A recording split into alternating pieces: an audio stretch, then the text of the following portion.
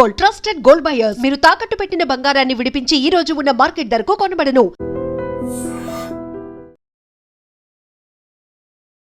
Hello viewers, welcome to iDreams media. ఈరోజు నేను విజయనగరం జిల్లాలో జరిగిన ఒక యథార్థ సంఘటన, ఒక మహిళ యొక్క కన్నీటి గాథని తెలియజేస్తున్నాను. ఎందుకంటే ఆవిడ బయటికి రాకపోయినా సరే నాలాంటి అన్యాయం ఇంకెవ్వరికి జరగకూడదు. తల్లిదండ్రులు చెప్పిన మాటల్ని పెడచెవిన పెట్టడం, బిరుసుగా ప్రవర్తించడం వల్ల నా బ్రతుకు ఇలా అయిపోయింది అంటూ నెత్తి నోరు బాదుకుంటున్న పరిస్థితి. తల్లిదండ్రులు మనం మంచి కోసం ఏం చెప్పినా సరే ఒక యుక్త వయసు వచ్చేసరికి ప్రేమలో పడిపోయిన చాలా మంది తల్లిదండ్రుల మాటని ఖాతరు చెయ్యరు. వాళ్ళని ఒక శత్రువులా భావిస్తారు. ఏదైనా మన మంచి కోసమే కదా మన తల్లిదండ్రులు చెప్తున్నారు అనే ఆలోచన మాత్రం చాలా మందికి రాదు. ప్రేమించాము, పెళ్లి చేసుకోవాలి, మా మాటకి అడ్డు చెప్తే ఊరుకునేది లేదు అంటూ తల్లిదండ్రుల్ని సతాయించడం చాలా దిక్కులు చూస్తున్నాం. అంటే ప్రేమించి పెళ్లి చేసుకున్న వారు చాలా మంది సక్సెస్ఫుల్ గా లైఫ్ లీడ్ చేసిన వారిని చూసాం. అదేవిధంగా ప్రేమ మాయలో పడి మోసపోయిన వాళ్ళని కూడా చూసాం. నేను చెప్పే యథార్థ సంఘటన వింటే మీరందరూ కూడా కన్నీరు పెట్టుకుంటుంటారు. ఎందుకంటే విజయనగరం జిల్లాలో 2016వ సంవత్సరంలో ఒక యువతి, అప్పట్లో ఆ యువతి ఒక అబ్బాయితో పరిచయం ఏర్పడిన తర్వాత నేను అబ్బాయినే పెళ్లి చేసుకుంటానంటూ తల్లిదండ్రులకి చెప్పింది. ఏ ఫ్యామిలీలోనైనా తల్లిదండ్రులు అబ్బాయి తరపు బంధువులు అబ్బాయి చేస్తున్న వృత్తి ఏంటో కూడా క్యాల్కులేట్ చేసుకుంటారు. ఎందుకంటే ఆడపిల్లని ఇవ్వబోతున్నాం కాబట్టి ఆడపిల్ల పెళ్ళైన తర్వాత ఎటువంటి కష్టాలు కూడా పడకూడదు, మంచి భవిష్యత్తు ఉండాలనే ఆలోచనతో తల్లిదండ్రులు వారి యొక్క ఎంక్వైరీని అదేవిధంగా వద్దమ్మా అని అనడం సర్వసాధారణం. కానీ మీరు చెప్పిన మాట నేను వినను, నేను అనుకున్నదే సాధిస్తానంటూ ఆ మహిళ పేరు ఎందుకంటే బయటికి చెప్పకూడదు, చాలా గోప్యంగా కూడా ఉంచారు. ఇది చాలా మంది యువతకి ఇచ్చే మెసేజ్ అని కూడా మనం అనుకోవచ్చు. ఆమె ఇక్కడికి వచ్చి పోలీసులతో ఆమె చెప్తున్న తీరు, అదేవిధంగా ఆమె పడిన బాధలన్నీ కూడా చెప్తుంటే ప్రతి ఒక్కరు కూడా ఈ మెసేజ్ కంపల్సరిగా తెలియాలి. అందు గురించే చెప్తున్నాం. 2016లో ఒక యువకుడితో పరిచయం అయింది, పెళ్లి చేసుకుంది, విశాఖపట్నం వెళ్ళిపోయింది. విశాఖపట్నం వెళ్ళిన తర్వాత పాప కూడా పుట్టింది. 3 ఏళ్ల పాటు బాగానే సాగాయి. ఇద్దరు కూడా అన్యోన్యంగా గడిపారు. చక్కగా ముద్దులోలికే పాపతోటి ఆ లైఫ్ అంటే ఇలా ఉండాలి అనుకొని హ్యాపీ లైఫ్ని లీడ్ చేస్తున్నారు. ఇద్దరిలో కూడా ఈగో ప్రాబ్లమ్స్ మరి ఇంకే ఇతరత్ర సమస్యలు వచ్చాయో తెలియదు కానీ ఇద్దరు కూడా విడిపోయారు. నా పిల్లని తీసుకొని నా మానాన్ని నేను ఉంటా, నీకు నాకు సంబంధం లేదు అంటూ కూడా కొంత అంటే ఓవర్గా ఆమె ఊహించుకొని నేను ఎలాగైనా బ్రతికేస్తాను, నీ అవసరం నాకు లేదంటూ కూడా లైఫ్ని లీడ్ చేసుకుంది. గొడవలు పడి ఆ మొదటి భర్త ఎవరైతే ఉన్నారో ఆయనతో విడిపోయింది. తల్లిదండ్రుల దగ్గరికి రాలేదు కదా, ఎందుకంటే ప్రేమ పెళ్లి చేసుకున్నావు కాబట్టి ఇలాంటివన్నీ వస్తాయని మేము ముందే హెచ్చరించాం కాబట్టి నువ్వు చేసుకున్నది నువ్వే అనుభవిస్తావు అని అంటారేమో అనేసి వీళ్ళకి కూడా తెలియజేయలేదు. సరే, పాపతోటి అలా లైఫ్ లీడ్ చేస్తుంది. సోషల్ మీడియా వేదికగా ఒక పరిచయం ఏర్పడింది. అది కూడా విజయనగరం జిల్లాకు చెందిన ఒక యువకుడితో. ఇంకేముంది, నిన్ను పాపని చాలా జాగ్రత్తగా చూసుకుంటాను, నా కన్న బిడ్డలా చూసుకుంటాను, ఇద్దరిని నా పిల్లల్లాగే చూసుకుంటానంటూ తను చెప్పాల్సిన మాయ మాటలన్నీ చెప్పాడు. నెమ్మదిగా ముగ్గులోకి దింపాడు.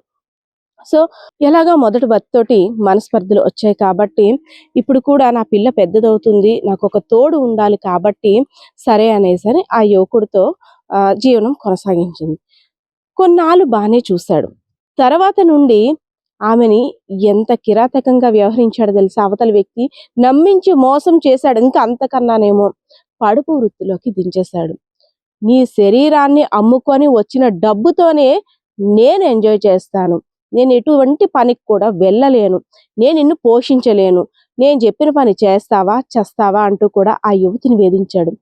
ఇటు గత్యంతరం లేదు. మొదటి భర్తతో గొడవలు, తల్లిదండ్రులకి చెప్దామంటే వాళ్ళు రానివ్వరు. ఎందుకంటే మంచి జీవితాన్ని కాదనుకొని నా ఇష్టానుసారంగా పెళ్లి చేసుకొని ఇంకో కొత్త జీవితాన్ని ఆస్వాదిద్దామని నేను అందరితో గొడవలు పెట్టుకొని వచ్చేసాను కాబట్టి ఇంకా తప్పక ఆ పడుపు వృత్తినే చేసుకుంటూ జీవనం కొనసాగిస్తుంది.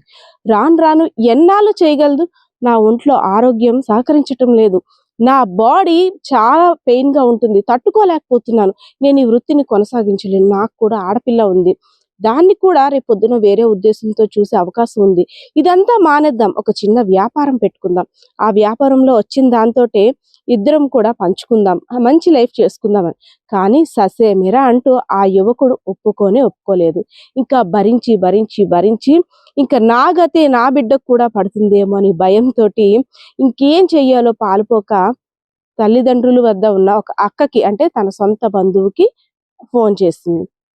తల్లిదండ్రులు అంటే కోపంతో ఉన్నారు, మరి తనకు ఇంకెవరు లేరు కదా. ఆ అక్క కూడా స్పందించి, అరేరే ఎంత పని అయిపోయింది, ఎందుకు అంత భయపడుతున్నావు, సరేరా ఇక్కడికి రా మాట్లాడదాం చూసుకుందాం అంటూ కూడా విజయనగరంలో ఉన్న పోలీసులకి సమాచారం ఇచ్చారు. అదేవిధంగా తన గోడునంతా కూడా వెళ్ళబుచ్చుకుంది.